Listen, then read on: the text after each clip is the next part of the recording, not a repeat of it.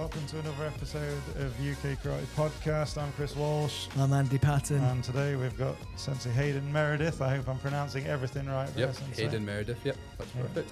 Excellent. So, you do a slightly different style of karate, which we've had Sensei with us today to do a course, and it was you do like Kase. Yep.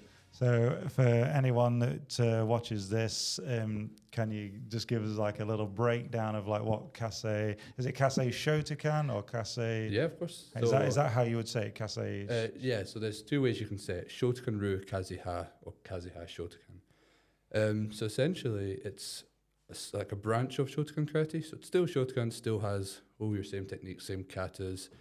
The Kase Ha is an influence from Sensei Kase himself.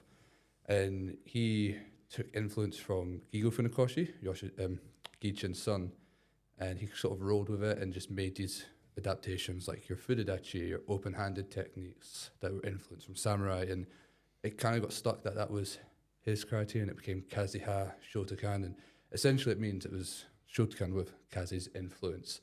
So it's not necessarily a completely new style, it's just like his influence. The same as Yahara's influenced his karate, so it's quite prominent. You can see the differences.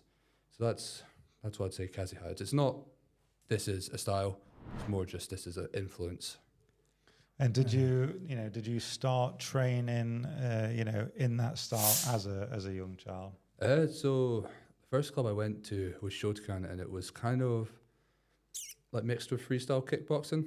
So it took all the kihon and the katas from Shotokan, but all the fighting was kickboxing-esque. And I used to compete in a lot of them sort of competitions. And my old instructor, if I remember correctly, watched a lot of Kanazawa and went to some of his courses. If I remember correctly, that was his influence. And then it wasn't till maybe 16, 17 I broke away. And then I sort of found Kase when I was 19 and found some Kase instructors. And that's when I really sort of immersed myself into it, trained it, studied it, was reading books, watching videos. I think I remember the first sort of month of learning about it, I nearly had every book I can find and every DVD and video I could find just so I could study it, because I really I loved the principles of it. So. And what would you say that originally like drew you to it though? So always the funny ones, the open-handed stuff. The pictures of Kase Sensei and his kamais, an influence from the samurai. First of all, younger teenage boy, whatever, it was pretty cool, you see that. But I think my body type as well, I'm quite heavy with my legs and stuff. I'm not very light-footed, if you want. So this idea of rooting yourself and just these different movements, different techniques. Again, there's lots of movements in Kase Ha and open-handed techniques. Just really, there was something about them for me that I just loved, just to watch them, look at them, feel them, and have a go at them. So was there any, like, you've just mentioned movements there, Sensei. Was there any particular movements which you're like, yeah, I really like this movement, I want to do it and explore it more? Yeah, so I don't want to say traditional Shotokan, but in a lot of Shotokan clubs, it's quite, you move back in the line, you move forward in the line, back in the line, forward in the line. And there was like taisabaki, so it was a lot of, you would block, step off to the side, and then you'd bring your back leg around so you're rotating, so you're at a different angle. And it just, for me, it just felt like it was opening up a lot of different opportunities to try different techniques and attacks. But when you first started, was it? When you first started doing the Kase Karate, was it quite a big club, or was it? Cause I've never met. Until today, Same. I've never met anybody, or ever tried it. So, was the club quite big at the time? So interestingly, and I'll be careful what I say, but the first club I went to with the Kase instructors was very, very small. It was only a few of us there. And that was fine by me. I loved it. I don't matter if it's one person, 2 people, 20 people. I enjoyed the training. And I was going up regularly to train with the head of the association they were affiliated with, and that was excellent. And then they told me about 2 other instructors who they used to be in the group with. And I was like, what nights do they train? And they were like, Wednesday, Friday, Sunday. So I thought, perfect, I've got training now Tuesday, Wednesday, Thursday, Friday, Saturday, Sunday. This is excellent. You're not allowed to train with them, though. And I was like, right, okay. And I said, I'll license myself with everyone. Not got a problem with that. No, they're not allowed to train with them. So ultimately, I had to make a decision. And when I went to these instructors' clubs, they were a lot bigger. There was a lot more people in them, maybe 10 to 20 in each one. And the atmosphere was just a lot better. And the teaching and that sort of said for itself why the class was a lot bigger than what it was. So it's quite small, I would say, especially in the UK. There's not many Kase people, maybe more when you go down south of England. France has a big base for Kase because that's where Kase Sensei resided. Right. So there's a big base of Kase students over there. Germany has quite Have you a had few. the chance to go and train with any of those? Not at all? yet. So I've been in contact with a few, and hopefully I'm going to be able to bring one over next year, and hopefully I'm going to be able to go out next year and meet a few. So that's all planned for next year. Hopefully things go well. So it's obviously you ran into the a bit of the old political The door slamming. It's nice. Well, not nice really, but it's funny just to see that it is woven in and out of many martial arts. Really, It's unfortunate as well, isn't it? Because like I said, I was happy to play licenses for everyone, and I wasn't too bothered about who I stuck with. I wanted to train. And I said to him, I was like, I won't bring up their names, I won't bring up your names. I'll license myself with all of yous. And they just weren't for it. So was that the case then? Was it because of who you were training with? They didn't want you to? Kind of like a rivalry between the two groups? My two current instructors, they were a part of that group as well, but they left for their personal reasons a few years before I'd found them. And I said to them, I was like, look, I train with them. And they went, not a problem. They're really good. Make sure you get as much training as you can. So they were fine. But the head of them, they just weren't for it. Just didn't want me training with them. Just weren't interested. And then I think for me, that kind of was like, well, I know where I'm going then. If I can't train with them, then I'm not training and again, with you what guys. gives them the right? Ultimately, what gives them the right to say, Well, you can't train with Yeah. them? You're the paying customer at the end of the day when you're stepping inside the dojo. exactly. I think it defeats the whole, you go back to Gicho Funakoshi's book and stuff, and at the end of it, he says he wants to bring everyone together. Karate was to bring everyone together, not faction everyone off into your own little group. It was learn from each other, have fun, grow together. And I think that's missed with a lot of these people, is that essence of community. So yeah, obviously when you were training with this club, did you just integrate yourself right in there? And Yeah, I mean, no matter what club I go to, if I'm the student, I'm going to try and fire myself in 110% and, give it my all, because it's respect to the people teaching, it's respect to the other students who have been doing it for years. I don't want to go in there and just sort of half-heart it and not be interested. I want to give them my all. And then in return, I get it all back, sort of thing. So it works like that. did you have quite a good, quite a good relationship with your senseis, from that club? From the club I train at now, yeah. Yeah. Definitely. It's funny, I joke with my partner about it. They're almost like another pair of dads for me. Like my main instructors, they're there for me for everything. Will support me through everything. Well, I think that's like that again. That's what I think a lot of people that probably have never done karate or martial arts before. It's one thing that as an instructor you end up becoming. You might be almost like a second parent, an uncle, a brother, marriage counsellor. It's quite scary. Relationship counsellor. It really is quite scary. I mean, the amount of parents have came to me with their kids with problems, or adults who came to me with problems, and I'm like, I'm here to do karate, not therapy. But you help them through it, and you build that connection, and it's a safe space for them. But I'd definitely say that's what my instructors are for me. And what's their names? I'll give you their first names, because one of them's doesn't like social media. But, But David and Andrew, and they're just two incredible human beings, and So they, again, they are still like your instructors today, yeah? Hopefully they'll remain my instructors until they have time to pass it on and whatever they decide to do. But, I mean, one of them made a joke the other day. He's just turned 60, I think, and he can still kick head height, super whippy and stuff. And he said, wait till you get to my age and you slow down. And I turned around and was like, Sensei, if I get to your age and I can still kick like you, I was like, I've done something right. And, it's so, they're just an inspiration all around with how they teach and train and what they do. But like you're saying there, you've got a lot of respect for your instructors, and they've done a lot for you. What could you say that you've learnt the most? From them.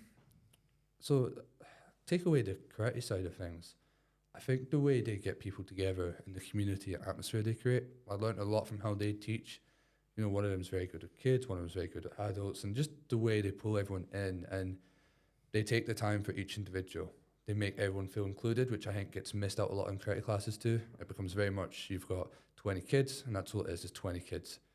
But when I watch them teach, it's you've got such and such a person, such and such a person, and they have like an individual relationship with each member of the club. And I think I took that away, as you know, I inspired that, because you just see the class atmosphere was just so much better.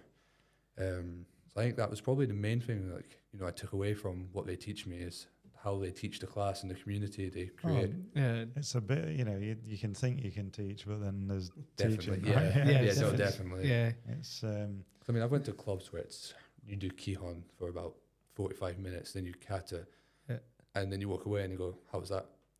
It's all right. I got a good sweat on. yeah. You go to those classes, and this is why I stuck with them as well. Because when I went to them, you felt included, and it felt like they would look at your karate and go, "Okay, you need to work on that," which is different to what he needs to work on. So let's look at what. Did you first start Yes, like right. like actually like stepping into like that instructor role? Yep. So again, being younger, when I went to a class, it was always little kids or adults. There was never an in between, and I was getting kind of like, well, how can I get more people my age in?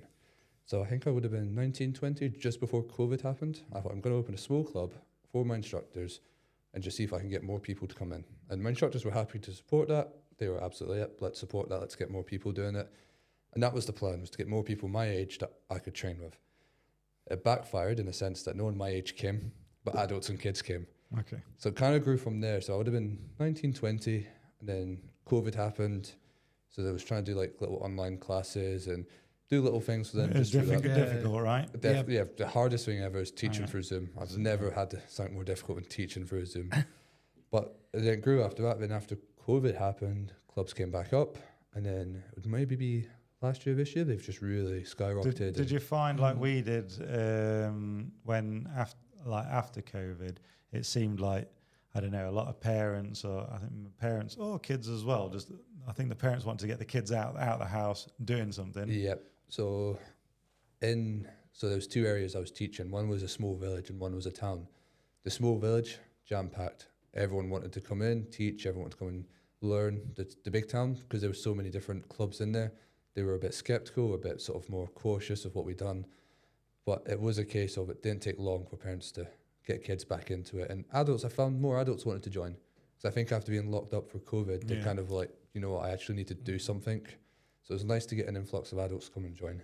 And like, especially thinking about COVID times, again, I was the same when it was like, right, everything's getting like locked down or whatever. I mean, in one sense, I was fortunate I was furloughed like 3 weeks from work, and then I was like straight back to it. But it was that thing of right. Well, we've got to take it upon myself here to like keep people motivated, keep people positive, keep them doing something.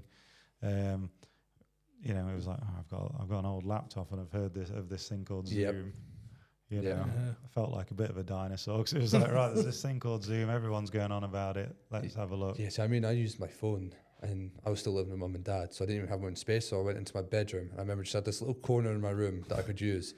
So I tidy everything all up, make it, you know, plain as possible, set up this Zoom on my phone, and again, trying to figure it out. And it was a new club as well, so it wasn't like I had seasoned students who could, all right, okay, we're doing this now. Teach left from right. It was all white belt kids and stuff, and it's like, we're going to do this now, and it was really difficult to do. And did you find, because you're like, they're going, left leg forward, and like, you're on your left leg, and they're like going, he's on his right leg, like, what's going on? So then thinking, right, took a while for that, especially kata. Kata was a nightmare to try and do on Zoom. I ended up just giving up with kata on Zoom for now. Yeah, I think we did exactly the same thing. We like tried like probably like a run through like Heian Shodan. I was like, never again. No. just basics, stretches, warm-ups, exercises. And that's what it stuck, and it kind of grew to there. And then I was doing little odd challenges for the kids, like draw a karate picture or take a karate picture in nature, and keep them going that way. And it worked really well, and it just kept us all together.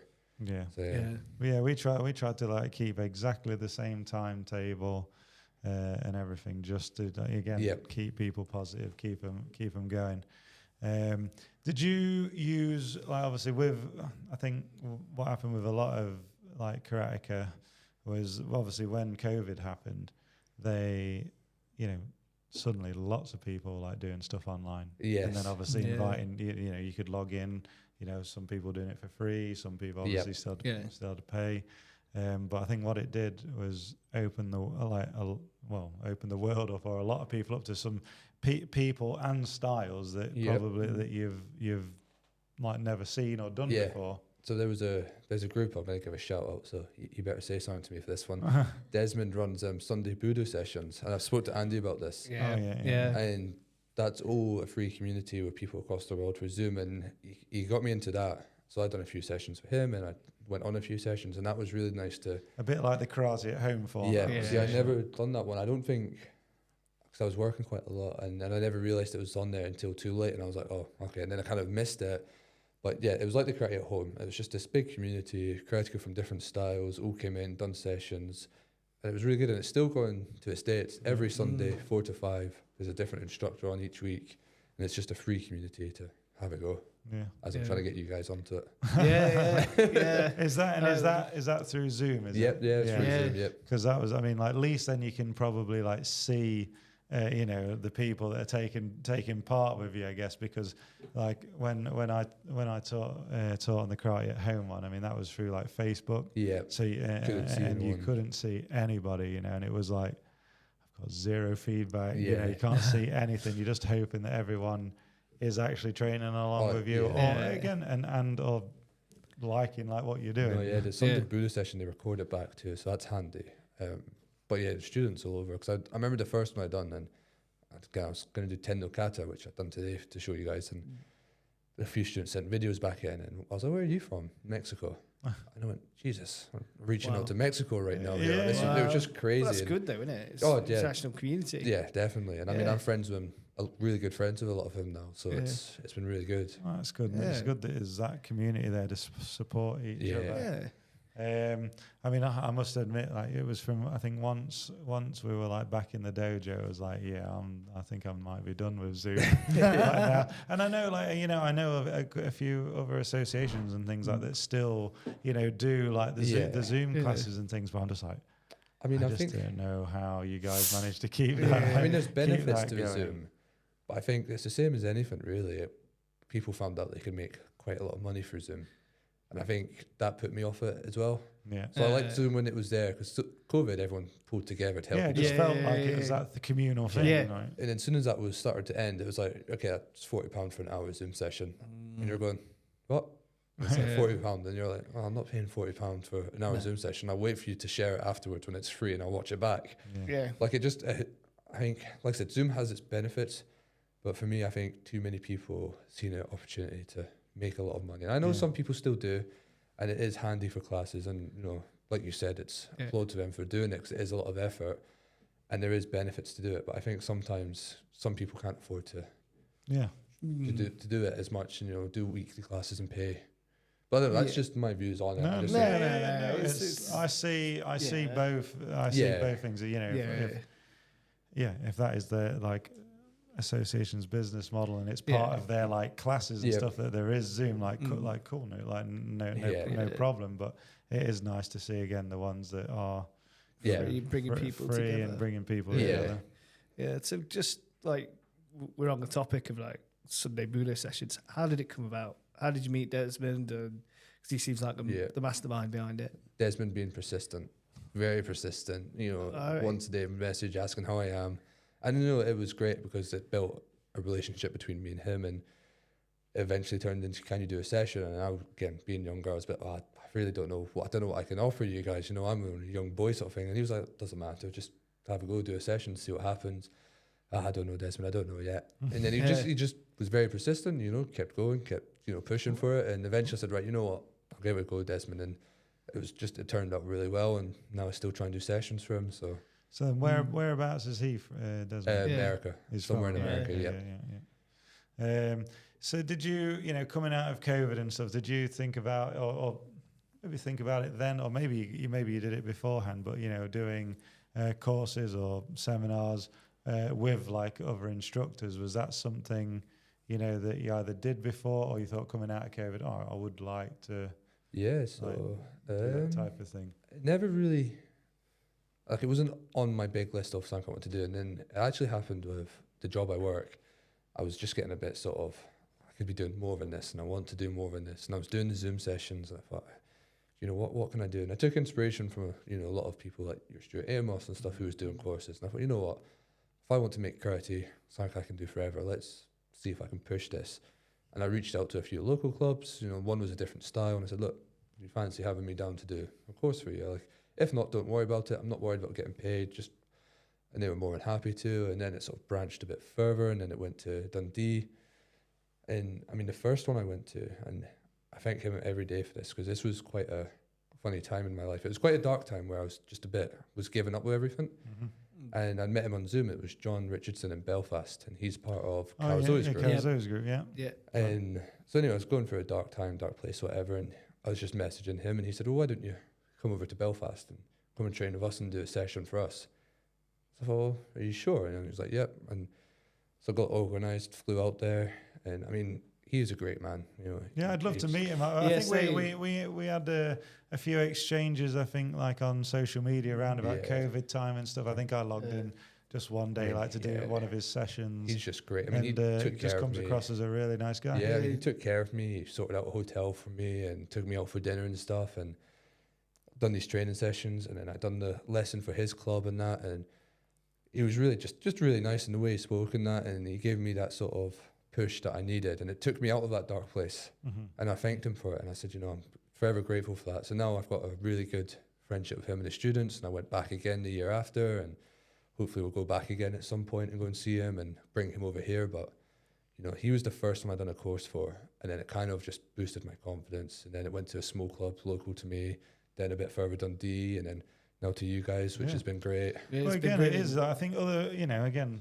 as other instructors, again, slightly different style, but you see, I mean, I remember talking with Sean, you know, saying you're starting to see the stuff, the algorithms obviously like trying to get a hold of you. So online, and you see, oh, God, yeah, Hayden's like putting the right effort in here and putting yourself out there. And it's like we were talking about earlier, you know, there's, you know, I think it takes a lot to put yourself out there, you know, just, you know, doing even like if it was like some basic techniques, because there's always obviously going to be, there's always going to be the critics. There's always going to be someone, oh, you're not doing that correctly. You're not doing this right. But, you know, they won't put themselves out there. No, exactly. And I've faced a fair few of them. And it wasn't until, again, maybe beginning of this year where I finally found the secret just to deal with it and not get bothered by it. Because I used to get quite bothered by it and quite chewed up. And again, if you ask my partner, it would eat away at me, and I'd sit there for ages going, is my karate good? Am I good? But I think that's what they want. That's what these people want. And I think even sometimes in like associations and things, that's sort of like a hidden mind game that's in there of that going, well, you know, you're only good unless we tell you exactly that you're good. Like, fair enough. Who's going to be doing it 100% correctly, like 100% of the time? Yeah. You're not like, you could come to like one training session, you might just get like one thing right that night. Yep.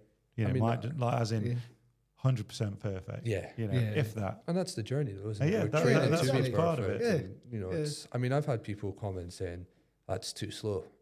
And then I went, well, the title of the video is Doing It Slowly. And, you know, it's just they'll find anything they can to try and get you. And but that is again, like, just, you know, not the beauty of the internet, but it's, you know, and they're entitled to their opinion, and you know, you've just got to let them. And you've got to let it, let it go. And ultimately, the more they engage with your content, the more it will like get pushed out there. Because I mean, I talked about my senseis not liking social media too much, and one of them said like, I would just lose my temper, and I went, the way I'm looking at it is by them commenting whatever they want to comment, it's helping build viewership up for me. Because all the algorithms go, well, he's got 2 comments on there now. We're just going to push that a bit further. So I remember I started doing it to all of them. I'd leave a message and I'd be, thank you for watching. Thank you for leaving a comment. Appreciate that. And then it would be like, that would be it. But then all of a sudden the views go up on the video and stuff. I mean, there was some I used to try and sort of argue back in a polite way. Yeah. And I thought, this is pointless. Like, I had one person argue with me saying, you're not part of any Kase Ha Academy. There's no records of you being on there.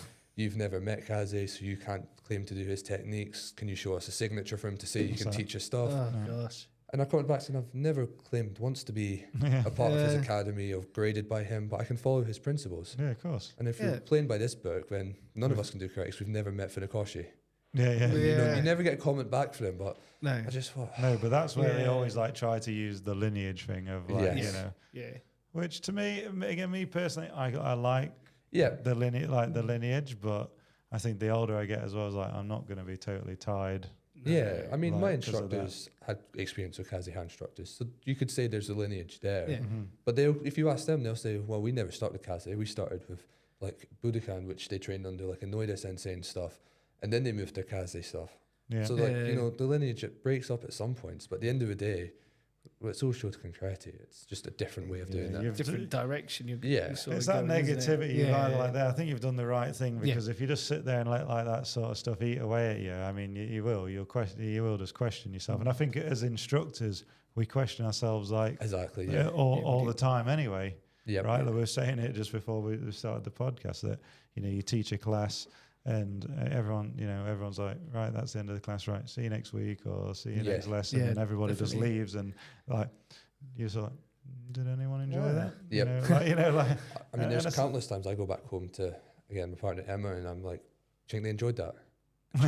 Like, you do this every week. They love it. They all come and say it was a good class, thank you very much. And I'm like, yeah, but do you think they enjoyed it? Like, do you think they're just saying that? And I'm like my own worst critic, and I think we are in karate. I think it's one thing we are our own worst critic. Well, I think it's good to be like that in a sense, though, that you can look at your actions or look at your how you are doing in the dojo, and again that'll translate like to outside and normal life of okay, that went wrong.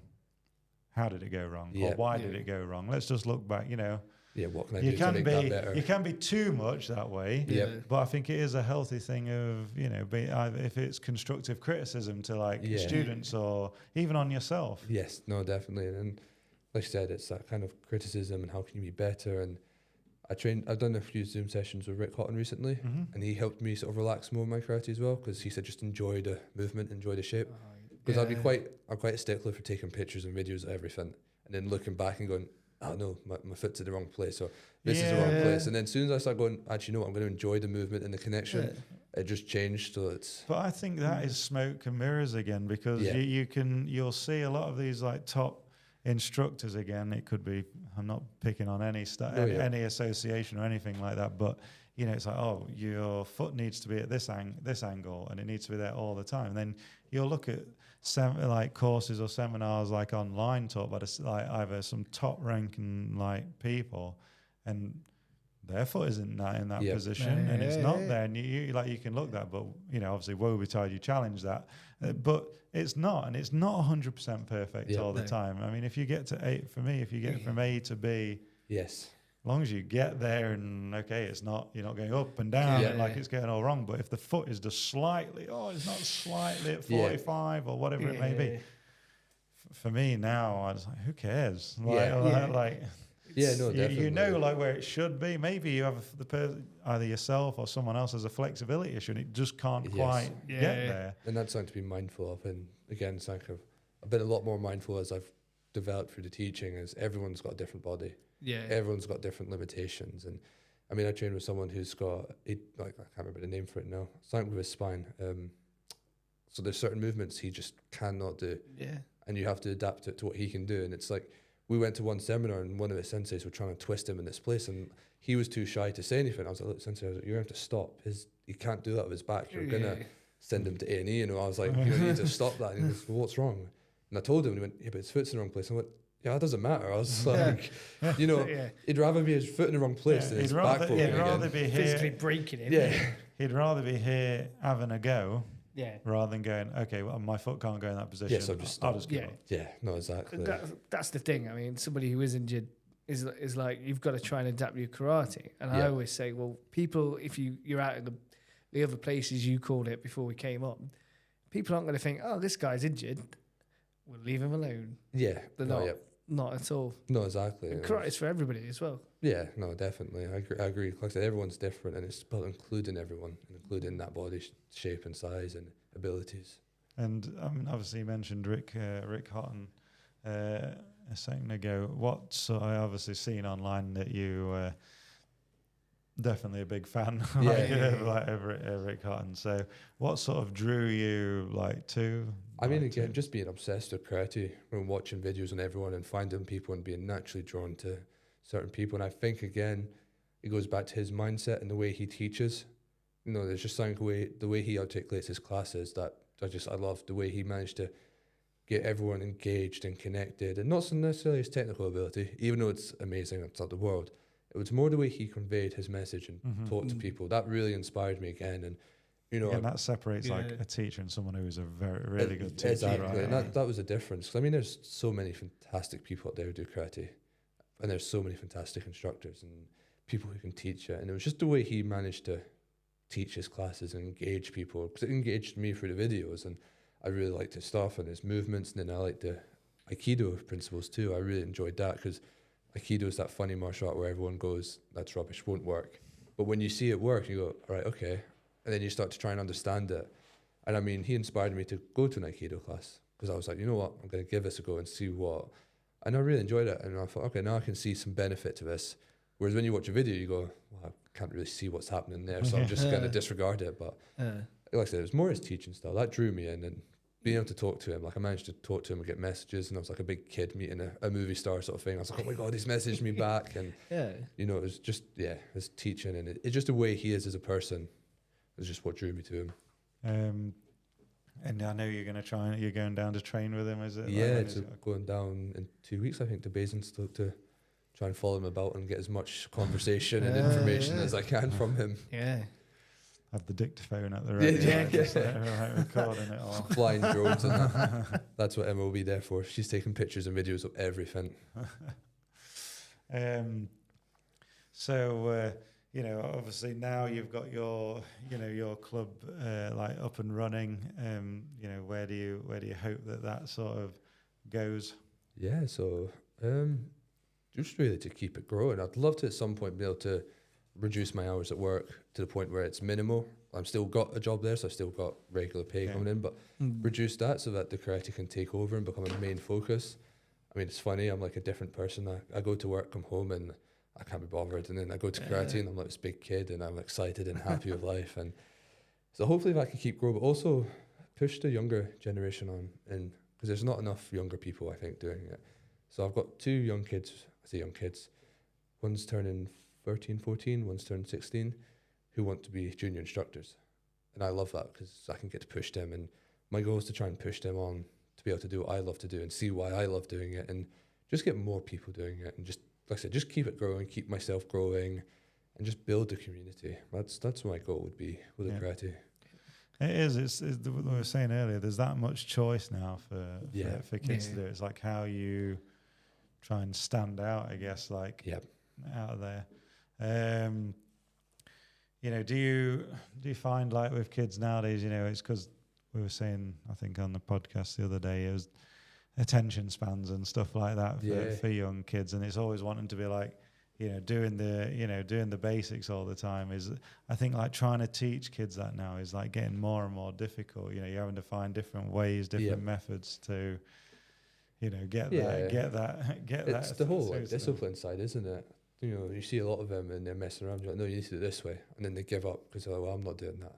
And like I said, the Kihon and the fundamentals, really, it's really hard to convey that to little kids, and you have to try and find new ways to keep them entertained, and then you find a good game for them, and then next week they're bored of that game, so you need to think of a new way to get them entertained. And I find most of the kids I've got aren't too bad. It's more they like to try and punch and kick stuff all the time. You know, they always want to hit a pad, always want to kick a pad.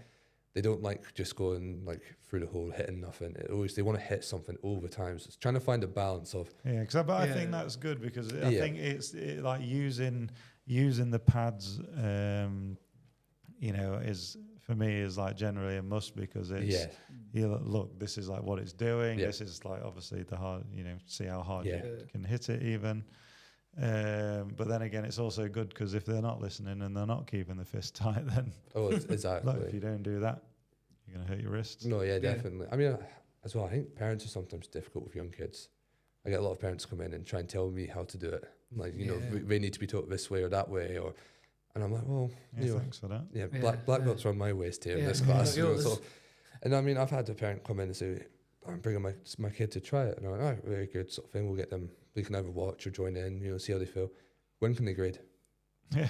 And they just walked in the door. I was like, you know, First grading's going to take maybe a few months at least just to, oh, really? So not in a few weeks. I was like, no, it's going to be a few months before first grading. Yeah, I think that's that thing now, like of like getting the kids to appreciate there's this hard graft to get to like point A. Yeah, no, and then hopefully you'll get over that point to get that belt, and then building it, you know, like building it back up. No, definitely, because like a grading we do our grading slightly different in the sense it's more of a celebration of success than a test. So you'll know, like old gradings, you'd be lined up shaking, and you've got your senseis lined up watching you, and you're like, oh my god, oh my god, oh my god. We still do something similar to that, but it's a bit more inclusive, and it's a bit more like we know you're ready to grade. So now it's just a celebration of success. We know what you can do and what you can't do, and that takes the pressure off them a wee bit, but it still gives them that pressure of, okay, this is a grading. I do need to knuckle down a bit more. Yeah, because I think it's important to let them know that there is that little bit of pressure. Yeah, because it's again, I don't know, looking at the life lessons, I guess, that you would take from karate, you know, from the dojo or from karate, you know, into the real world.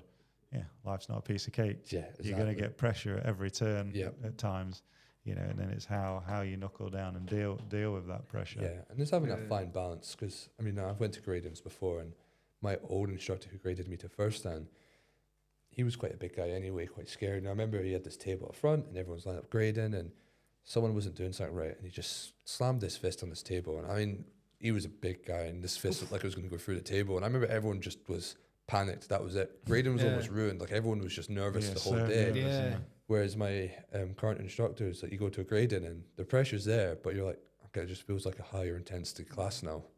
And I really like that balance of gradings, because like I said, it's well, you're there to lift the kids and adults up, right? You're not there to like knock them down. You know, you want them to have that pressure, but you know, you're not about belittling. Yeah, no, exactly. Yeah. I mean, I had a story just recently that someone was saying that, you know, it was an adult, like got flustered during a grading, and you know, I think got asked to do their kata again, and you know, they just said, oh, can I just have like literally, can you just bring up the other students that need to grade? Yep. And like just give me like, you know, 5. Yeah. Just 5 minutes, 6 minutes, whatever, just to sort of like collect myself, and then I'll go again. And you know, I think the grading examiners just like laughed in her face, and it was just like, yeah, it's like, I mean, it's just like, come on, like we're lifting people up here. We're not knocking them down. It's crazy, especially like you said. Just the way I like word this to some people is, there's so much variety out there. You've got boxing, kickboxing, football, rugby, tennis, whatever. There's so much options. The last thing we want to do is push people away from karate. We want to encourage these people to stay and learn and grow and develop, not sit there and knock them down any chance we get. Well, that's it. I mean, I understand as well, like, you know, kids might come and be like, you know, months down the line, if they make a month, whatever it may be, and go, well, the parents like, it's not really for them. Cool, door's always open. Yep. Come back anytime. I mean, I know some instructors like, oh no, that's it. If they've left, they cut ties, don't they? Like cut ties, and you're like, I mean, I had it's one not kid, really the approach to take. No, I mean, I had one kid come up to me and say they wanted to do a different style of karate, and I was like, okay, well, what's your like reasoning? Well, I want to do more of the kumite stuff, more sport karate, and we don't do that too much in our club. And I said, that's fine, I was no problem. Do you know any good clubs I could go to? And I was like, yeah, no problem. And I went and found a load of clubs for them. I said, there's this club, this club, this club, and this club. I was like, I know these two, but I don't know these ones. You could go and try all them if you wanted. Thank you very much, appreciate that. Parent messaged me, oh, thank you very much for that. That's great. And I said, door's always open. More than welcome to come back whenever you want. And about a year down the line, they ended up coming back. Really liked what they were doing, but then got fed up of it, wanted to come back. And I was fine with that. And people said to me, like, why do you offer them all these other clubs? I'm like, I just want people to be training and doing something. Do something. It's better than, like, especially when the kid, you know, I've got my own kids, and you know, got the phones out or whatever. And you're like, just getting like the youngest to come train like in the early class this morning. And it's just like, right, well, at least he trained, and then he was going to a birthday party. Like, you know, to be fair, the birthday party was a swimming party as well. So I was just like, well, at least he's getting a workout. He's getting a workout. He's going to be pretty chilled out later on. But it is. It's. I always say to my kids, look, if you get to your black belt and then you truly don't want to do it anymore, I won't stop you. I just want you to have that feel of accomplishment that you've grafted and worked hard, but don't think if you give it up, you got to do something else. No, definitely. There's got to be something else to channel that energy. Like, I know I like appreciate into. that, and you'll probably find by the time they get to that stage, they actually go, I really enjoy this. Yeah. I mean, my father did the same with me. It was like, well, you don't really have much of a choice. Get you back, get you gear, you're going. You know, and kicking and and it was kicking and screaming at times. But I look back now and I thank him for it. I'm like, cheers for that. No, definitely. So I was quite thankful. I never had that. Like, I was itching to go all the time and try to train 5 times a week. And again, thank mum and dad, because the traveling them two done for me was ridiculous. Like, they were taking me everywhere for training, and then I remember I used to like sit there and train with them in the kitchen and stuff. Like, mum would be making dinner, and I'd be sat there doing like kicks to the back of her head or something while she's making dinner, just to see like how I do. Or but no parents or family members ever like involved with. So my nan likes to tell me my granddad done bare knuckle boxing. Every time without fail, it's quite a funny story. Don't know why she links it to me with karate, but she's like, "Oh, your granddad used to do bare knuckle boxing." Well, no problem. Thanks, Nan. You know, slightly different. Thanks, Nan. But mum and dad, they were great. They still are great supports of it. And again, so many fun memories and disastrous memories of them. I remember my first lesson. Dad was working on the farm, came back, was half asleep. I went, Dad, look what I can do. Punched him straight in the chest when he was half asleep, and Mum's like, I suggest you get to bed quick before he wakes up, sort of thing. But, you know, like, I've never had that, I don't want to go, I'm happy to, I wanted to go. So I never had that push of, we're forcing you to go. So I was thankful for that. Yeah, so just on that point, what keeps making you go back? I just the community, going back to the community, I just love it. It's I wasn't really into many other sports. Didn't really like football, didn't like rugby that much, didn't like swimming. I was quite shy, didn't have much confidence, could quite happily sit in my room and do whatever. But it was the community, you know, it was somewhere I felt like I belonged there. You know, as soon as I was in there, I felt like this is me, this is home, this is where I can be comfortable in and who I want to be. And I just loved the learning as well and the different movements, and it just, you know, just felt right. It always feels right being in the gi, training away. Like, it just, there's something about it where I can just go, that this is me. It's just always been the same. Have you ever had to sort of use your martial arts training to sort of, like, you know, look after yourself? Yeah. You know, outside of the dojo before? Yeah, so going back to family, it's, again, I'm not going to mention names and what family members done what, but it was in my mum and dad's home, actually, and someone had came in and tried attacking like my dad and stuff. He was looking for me. Don't know why he was looking for me, but the dad tried getting him out of the house. You know, dad's like, look, just get out of the house. You're not wanted. And then he went for my dad and started fighting dad. And dad's he's had work injuries, so you know he can't do too much now. He struggles with his leg and his back. You know, he's got a walking stick to help him, so he can't do too much. And then I was trying to get through. I had to try and get my mum out the way because she was trying to get through. And then I remember seeing my dad sort of falling over, so I was like, I need to step in. So defended the situation, you know, stopped the person attacking, managed to get them out the house. They went to come back into the house, got them back out, controlled, got them out to where the cars would be, and then waited till police got there. And it wasn't until I was doing like all the reports afterwards, because obviously police turned up and stuff. I was doing reports afterwards when, and again, I was like a stupid kid in a sweet shop moment. I was like, hang on a minute, that was my karate I used. And the police was like, all right, you do karate, like, that's no problem. And I remember I didn't hit him once, didn't knee him, didn't kick him, didn't punch him, didn't try and do anything aggressive. I used the kata jiti. And like, I know that sounds stupid, but there's the bit where everyone says you're blocking the Joe staff, and then you're twisting the Joe staff around and taking it off him. Yeah. It was that sequence I used. So the strike with the rich hand stopped his arm from hooking. The other hand that went up went towards sort of this area on his neck, because I was very mindful. I'm like, you know, there's a fine line here where I'm going to go and get told off for this. And then the twisty bit around, so twisted him down into almost like a headlock, and then just took him out the house. And then he came charging back in, and then, you know, when you like cross your legs and kozudachi, he went for my legs. And I don't know how we wound up in this position, but he was on a back to the ground, head looking up. I had one arm up here, and it almost like his head was between my legs, and it was like kozudachi. And I remember talking to the police officer about it, and when I'm describing it, I'm going, oh, oh God, this is karate I've been using here. Yeah. You know, this is kata. This is stuff that people tell me would never work in a street fight. Like, you know, it was one of those moments where it was scary, and I wish it would never happen again. But I was super like proud, and I'm not often proud of myself, but I was super proud of myself that my karate worked, and I managed to defend my family. And thankfully, I didn't take any sort of major injuries. I took a few bites on the arm and a few scratches, sort of thing. But I never took any injury. He never got injured. You had the confidence to deal with that situation where maybe before. Well, exactly. You might not have had the confidence. And I mean, the biggest thing that the police guy said was like, you never hit him back once.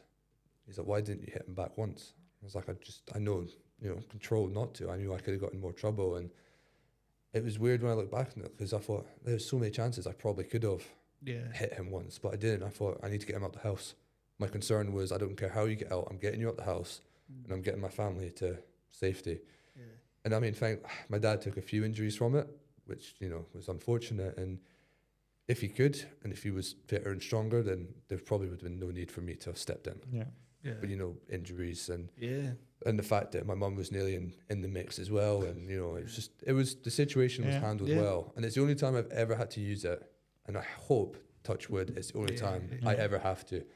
And I mean, people talk all the time on my YouTube videos, we've said this before about negative comments. Yeah. That would never work on the street. That would never work on the street.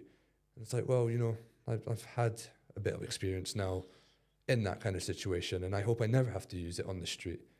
You know, I wish for anyone who does karate or any martial arts, they never have to use it on the street. It's not a nice place to be.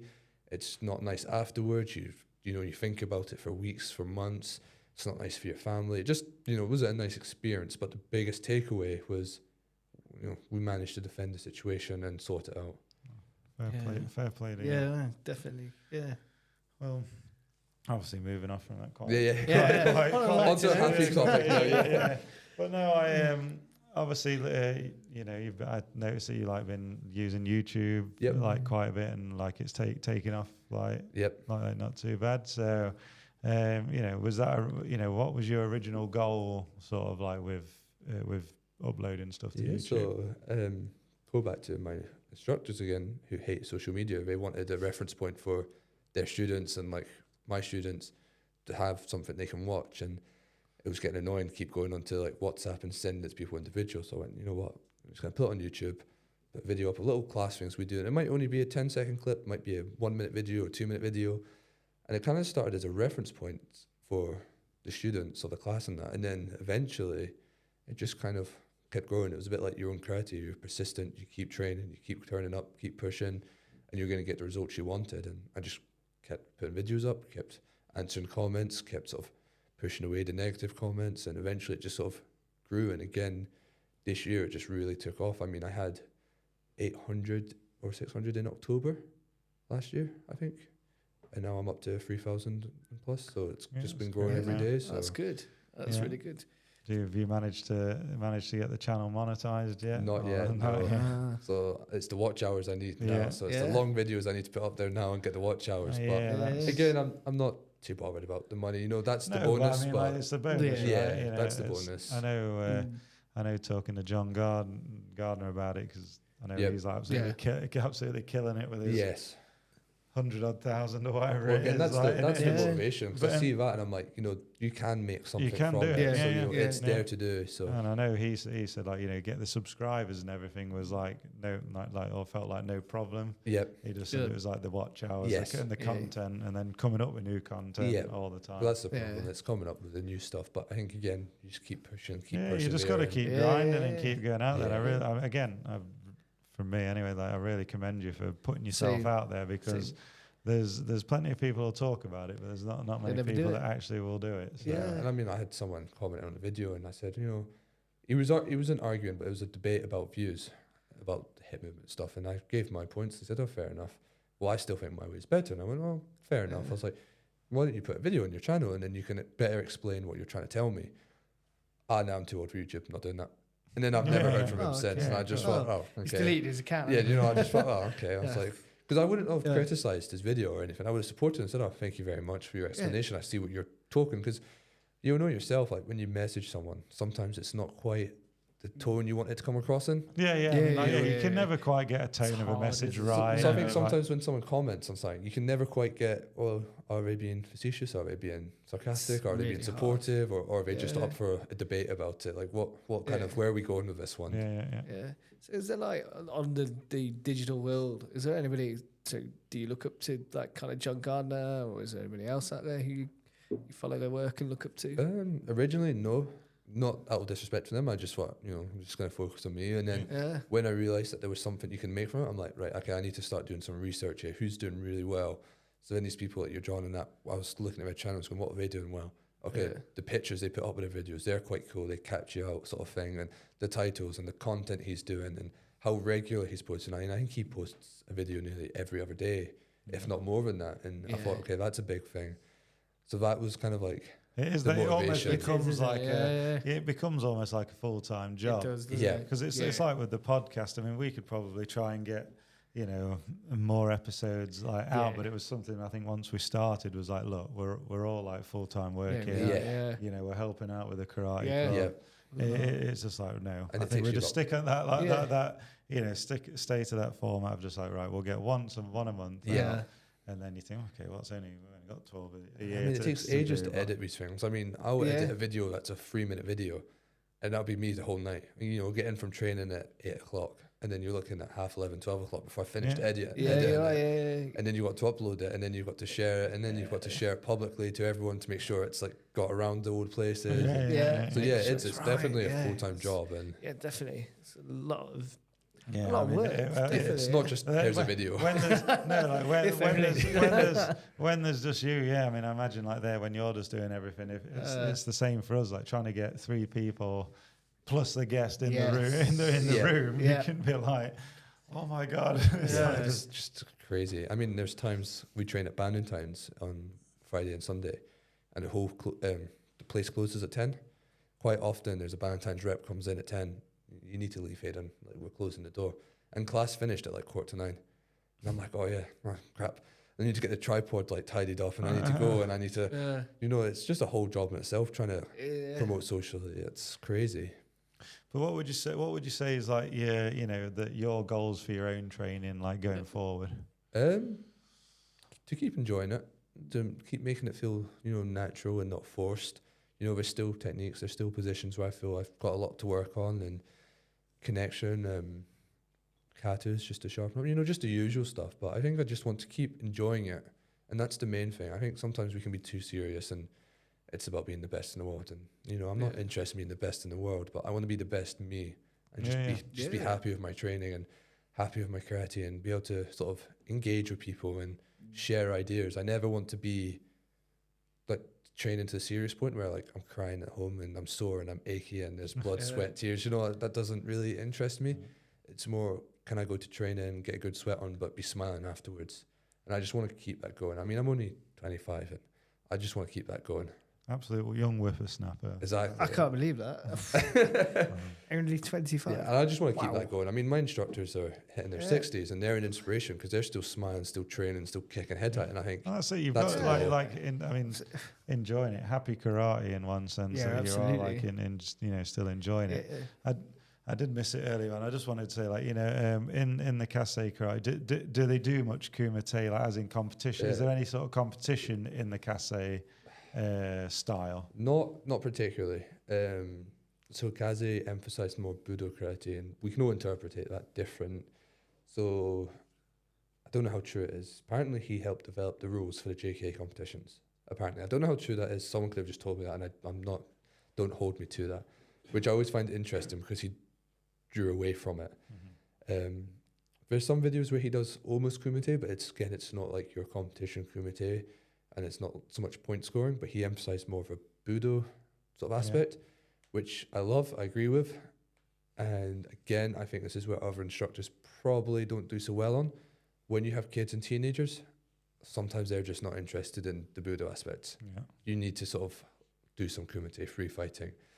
So with my clubs, and again, coming from like doing kickboxing competitions and stuff, I think it's an important aspect to do. So I try and include that with my students, a bit of kumite every now and then, just to get them moving, try out different techniques, and accept the fact you might get hit. You might your technique might not work. I'm not saying you get nailed by Mike Tyson, but you know, you're going to get hit in the face. You're going to get hit in the chest. It's karate, and it's a nice way to. But I think it is, you know, it's sort of, I guess, a strange way that it's like, I don't know, say training, and then I think the other week it could have been last week at the course or Johnny, and I was probably paired up with Sean, and he's cracked me one, you know, like on the chin or something like that, and you're like, it's just that thing of like, wow, that's been a while since I've had a good old crack on the chin, you know. But then it reminds you of like, yeah, that hurts, and that's what a punch on the chins feels like. I am human. You know, like, but it's just that thing of like, oh, that's what that's what it's like. You know, we can't.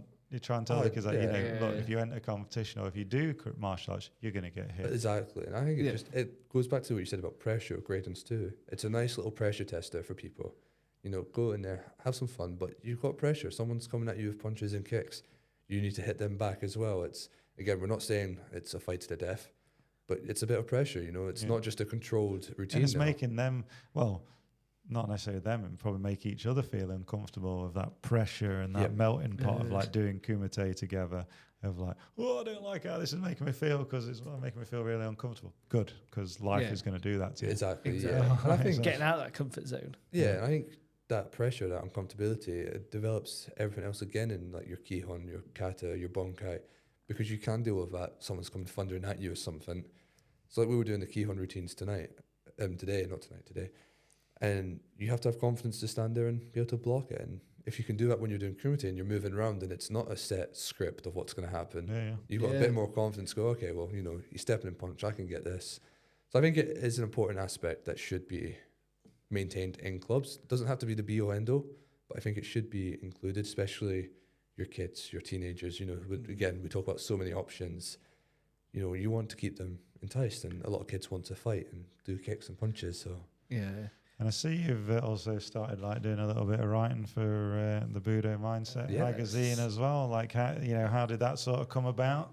I think it could have been yourself or Fran had put up men wanted to share stories. Okay. So I then just shared my story, you know, gave her a bit of an introduction to me, and then she was like, that's really good.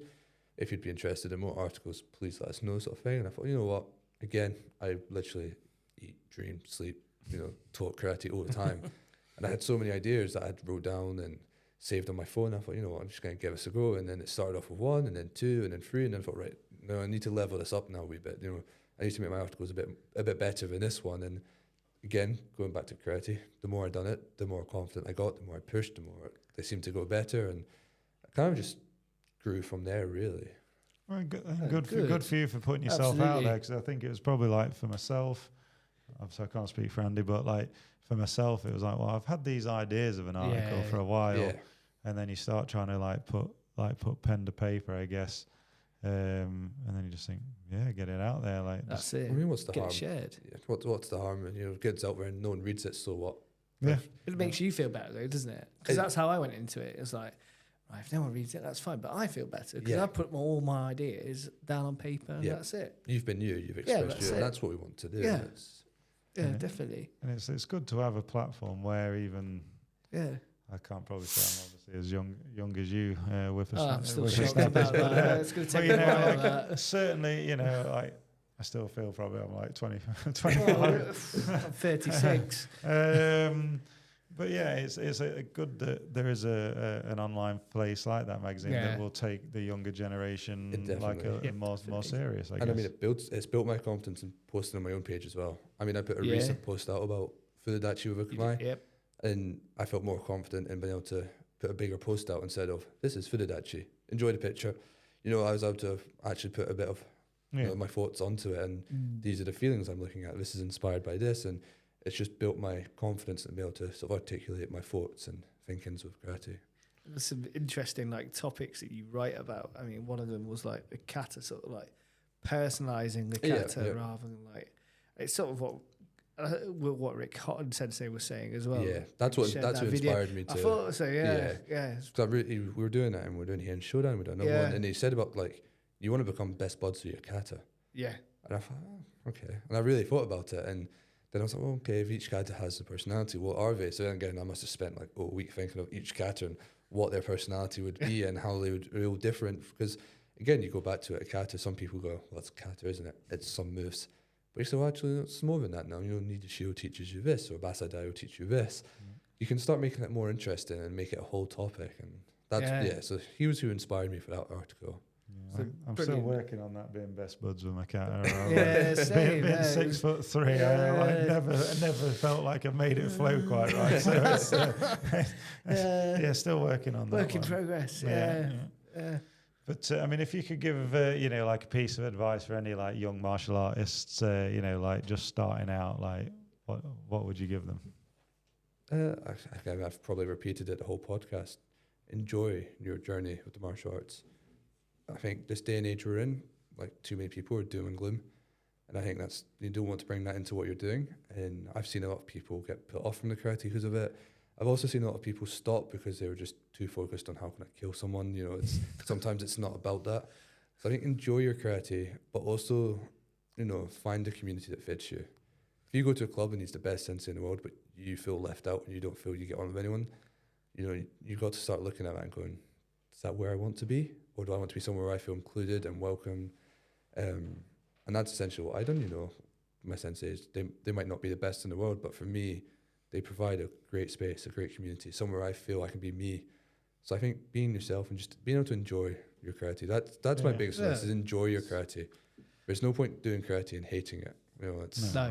Find something else if that's the case. That's what works for. Yeah. You can hate work, but don't hate karate. Yeah, definitely. Well, I'm going to thank you ever so much for coming on the podcast. And the session earlier, it was brilliant. Thank you very much. Thank you for having me, and it's been a pleasure. Any questions for Hayden? We could do the quick fire. Yeah, we'll do some quick fire. Can't leave him out. We do it to everybody. Yeah. The quick fire. The quick fire. Well, the quick fire. I'm not very quick at answering. Everybody feels they have to justify. Everyone feels like they have to justify, and then becomes not quick fire. So, obviously, Andy's questions. Go on. Here we go. The time starts now. So, favorite technique to use in kumite. Appreciate you're not more kumite man. Yokuge. Favorite kata to perform. Chinte. Favorite kata for bunkai. Ooh. Hen Sandan. Best male competitor, so past, present. Kata, kumite. Whatever you feel. I have to think about this one. I don't watch too many competitions and I forgot names. Trying to think. Sean. Sean Cassidy. I'll have to think about that one because I don't watch too many competitions now. I used to watch them all the time growing up, and I probably don't watch them too much now. And I'll butcher Japanese names if I use them. There's one. Hang on, no, go for this one because I love this one. Okay. I don't know his name too much. Amura Sensei, I think it's JKA, and there's a video of him doing jite at a competition. Favorite kata I've ever watched at a competition was him doing jite, and I think it's because his class was all doing unsu, sochi, gankaku, and he done jite and won it. I think, is it Takanori Amura Sensei? I've probably butchered that. I apologize to the audience. If he's listening. Yeah. Again, maybe a bit of a tricky question, but best female competitor. Again, taking into account you don't really watch competitions. Yep. I don't know. This is hard because... Sean. Sean Cassidy. Yeah. Best female Respectfully, I'm not going to try and answer that one just because name-wise, it's hard for me to, and I don't watch too many competitions. Yeah, so we'll skip the next two questions then because it's like, would you pick a kumite team and kata team? So we'll go for me. No, I'm joking.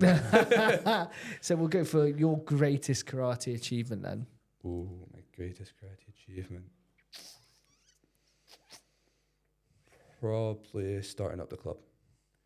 Yeah. Starting up the club. And I think it's because it was something I just love doing, and it's been the best thing I've ever done. And to watch people grow and develop and see kids grow up and see people's faces when they're happy. And it also gives me reassurance that what I'm teaching, it can work. Yeah. Absolutely. The instructor who has had the most lasting effect on you? Ooh. That's quite annoying, isn't it? I've told you I've got two main instructors. Well, I know, you can have no, two, but if that is yeah. It's close. between my old instructor, my first ever instructor, Yeah. because I mean, He's put you on the path. he it's- started me, and I was trained when I started when I was 11 or 12, and I was training with him 5 nights a week for nearly 5 years. And there's still stuff I do when I'm teaching now where I go, oh my god, that was him. Like it's scary. Yeah. And I mean, he taught me so much, and like he's gave me so many incredible stories of it. And I remember doing demonstrations with him where like it just really pushed my karate, and so he has had a massive effect on me. And unfortunately, I don't talk to him too much now, but you know, I have so much respect for him. And we went our own separate ways, and we reconnected. And after that, it would be my 2 senseis now. They've had the biggest effect on who I am as a person and who I am as a karateka. And your final question, favorite karate moment throughout your karate journey? What's My favorite karate Yeah. moment. Favorite karate moment. There's so many. This is hard. It is a hard question, yeah. Favorite karate moment. Maybe being invited to do the course in Belfast, because it was life changing for me. So going to Belfast, being asked to go and train over there and teach them, because it pulled me up such a dark. I know it's a bit gloomy. It pulled me out of a dark. it's fine. No, of course not. No. Pulled me out of a dark place, Yeah. and it just really, you know, trajectory of my life from that moment onwards just seemed to have gone up, and it's still growing and going up, and you know, it put me in a better place. And I met my partner Emma from after there, and you know, just everything seemed to just really go well after that. So that's thanks to John. Shout out to You know, John Yeah. Richardson. Yeah, definitely. Yeah. He'll be on here next, hopefully. Yeah, Well, Yeah, we John. can reach out Yeah. if I you're listening, think John. that's probably one of my greatest karate moments, and it's not really my moment, I suppose, but you know, for me, Oh. that just changed a lot of things. Spot on. Yeah, yeah. Thank you ever so much Thank you. for No, that's been teaching brilliant. the course today Yeah. and Brilliant being on the course. podcast. Thank you Yeah. very much. You guys were great, and you know, I can't wait to support this further and see where this goes with you guys. So thank you very much. Yeah, Thank you ever so much. Thank you.